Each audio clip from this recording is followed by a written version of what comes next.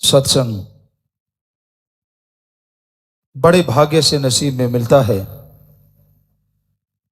और वो और भाग्यशाली हो जाते हैं जो सुनकर अमल कमाया करते हैं। 84 लाख जोनियों में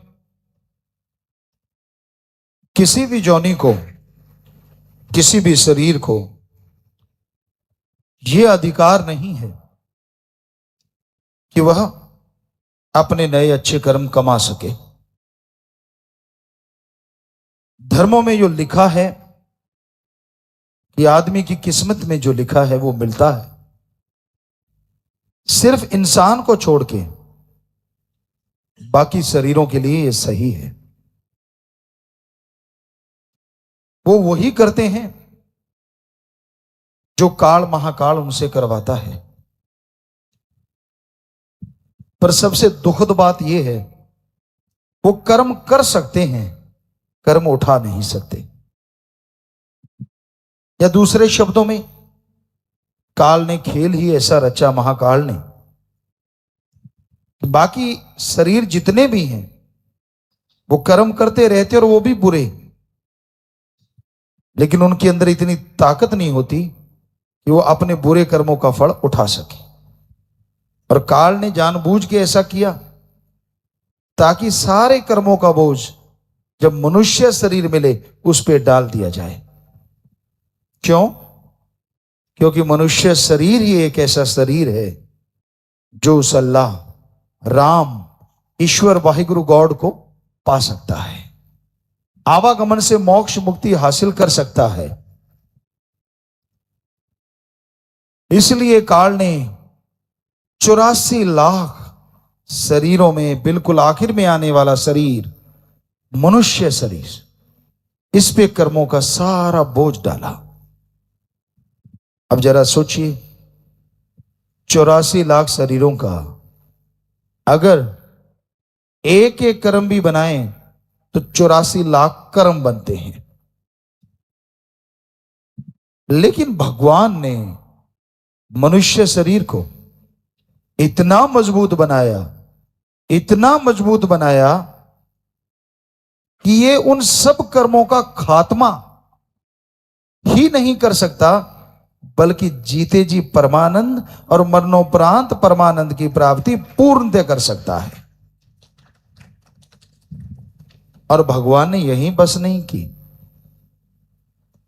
84 लाख शरीरों में एक मनुष्य शरीर ऐसा बनाया जो उसके भाग्य में लिखा है उसको भी बदल सकता है। सिर्फ मनुष्य शरीर, इसमें भक्ति की जाए, कर्म योगी और ज्ञान योगी बना जाए तो ये भयानक से भयानक कर्मों को बदल सकता है। तो आपके लिए ये सही नहीं है कि जो लिखा है वो ही मिलेगा। जो लिखा है वो तो मिलेगा, पर अगर आप चाहें तो अपनी तरफ से ओम हरि अल्लाह राम को खुश करके और भी बहुत कुछ लिखवा सकते हैं, अपने भाग्य को बदलवा सकते हैं। पर अगर आप हाथ पे हाथ धर के बैठे रहते हैं तो कहां से कुछ मिलेगा। आप सो रहे हैं, काम धंधा करना नहीं चाहते, सोए सोए अगर आप प्रार्थना करें कि भगवान मेरे कर्म बना दे, मुझ पे रहमत कर दे, तो भगवान करेगा, लेकिन आपको 4 खुराटे और दे देगा, क्योंकि आप तो नींद में हो और तो नींद ही मिलेगी ना। हाँ, पढ़ने वाले बच्चे ध्यान से सुनिए, कॉलेज में, स्कूल में आप पढ़ते हैं, जब डिग्री ले रहे हैं, इंजीनियरिंग कर रहे हैं, आप लगन से पढ़ो, दिल लगा के पढ़ो। अगर आपके पढ़ने से 70% नंबर आ रहे हैं और आप भगवान की भक्ति भी करते हैं तो भगवान 70 की जगह 90% भी कर सकता है। यह पॉसिबिलिटी है।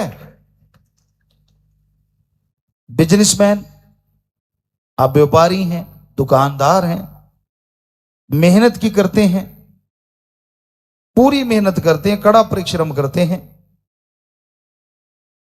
तो आप 15% चलो मान लो लेते हैं। कलयुग में बड़ा मुश्किल है, लोग तो 200-200% ले रहे हैं, पर चलो अगर आप सच्चे हैं 15% ले रहे हैं, 10-15%, और पूरी मेहनत करते हैं, कड़ा परिश्रम करते हैं,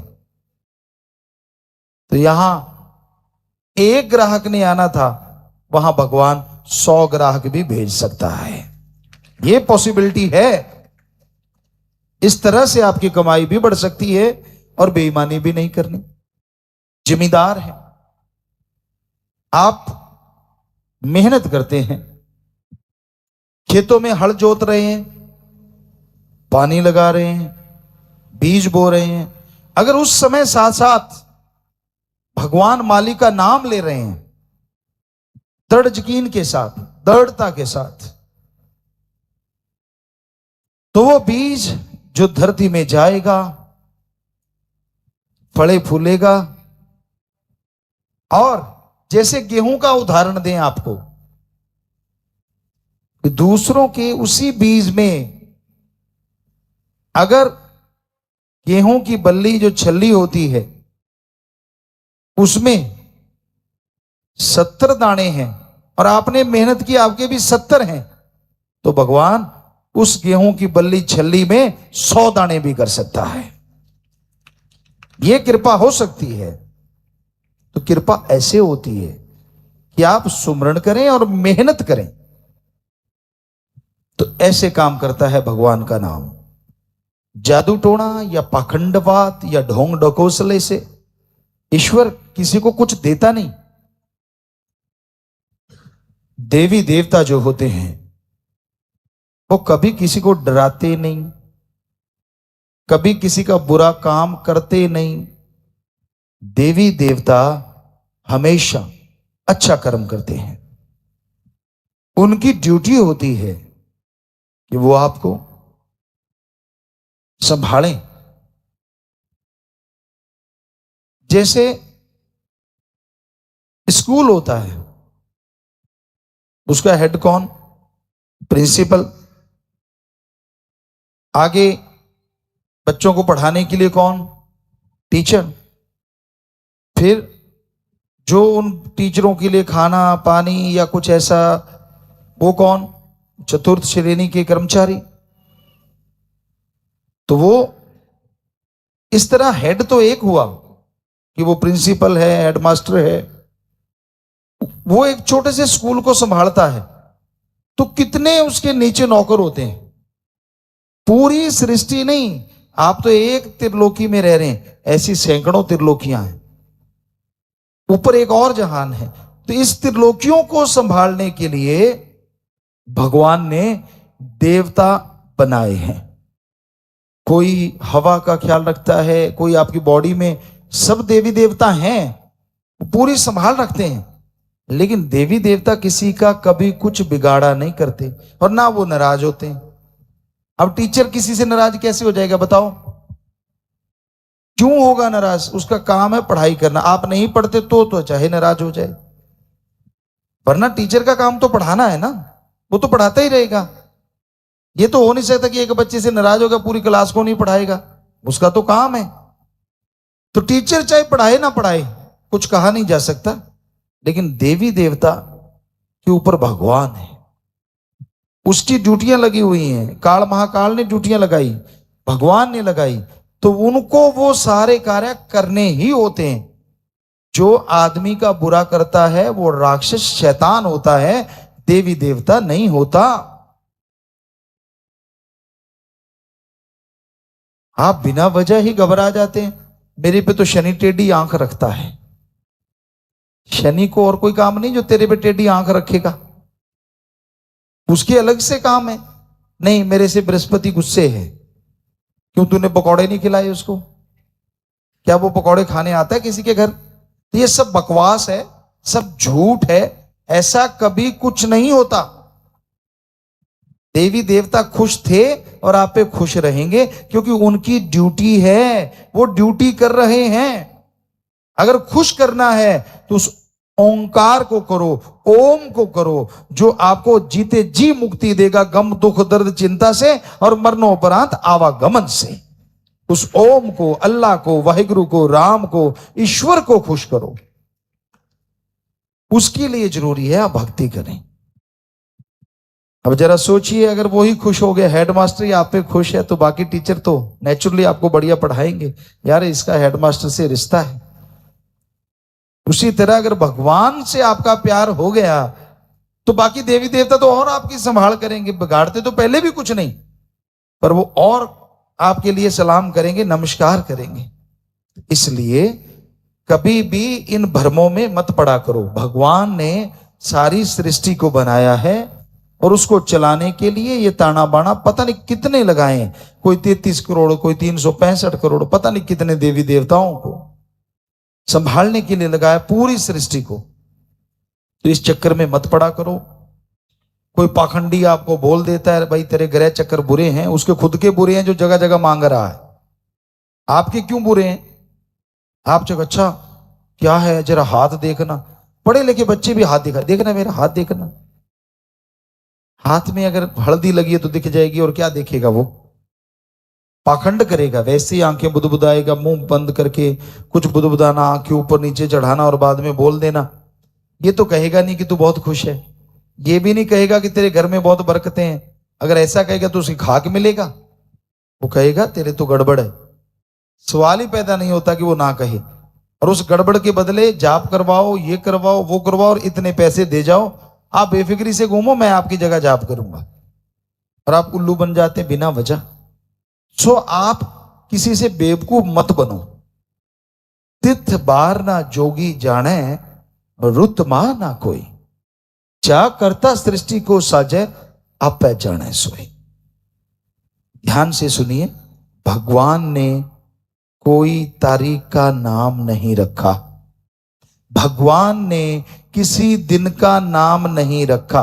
हमने वेद पढ़े, पवित्र वेद, गीता, रामायण, महाभारत, सभी पवित्र ग्रंथ, पवित्र गुरबाणी सिख धर्म की, पवित्र बाइबल, पवित्र कुरान शरीफ, कुरान मजीद, पवित्र धर्मों के सब ग्रंथ पढ़े, सूफी संतों की वाणी, कबीर जी, शेख फरीद, नामदेव, धन्ना भक्त।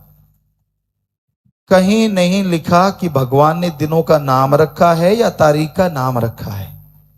जब उसने नाम रखा ही नहीं, ये तो आदमी के रखे हुए हैं सिर्फ पहचान के लिए, ताकि पहचान रहे भी आज ये दिन है, आज ये दिन है, वरना क्या पता लगता दिन गुजर गया, कौन सा दिन, कौन सी तारीख, क्या पता लगता। आप जन्मदिन कैसे बनाते? बहुत चक्कर पड़ जाते ना, अगर दिन का नाम ना होता, तारीख का नाम ना होता। तो इसलिए ये आदमी ने सुख सुविधा के लिए रखा है, पर कोई तारीख बुरी नहीं, कोई दिन बुरा नहीं। इस चक्कर में मत पड़ो।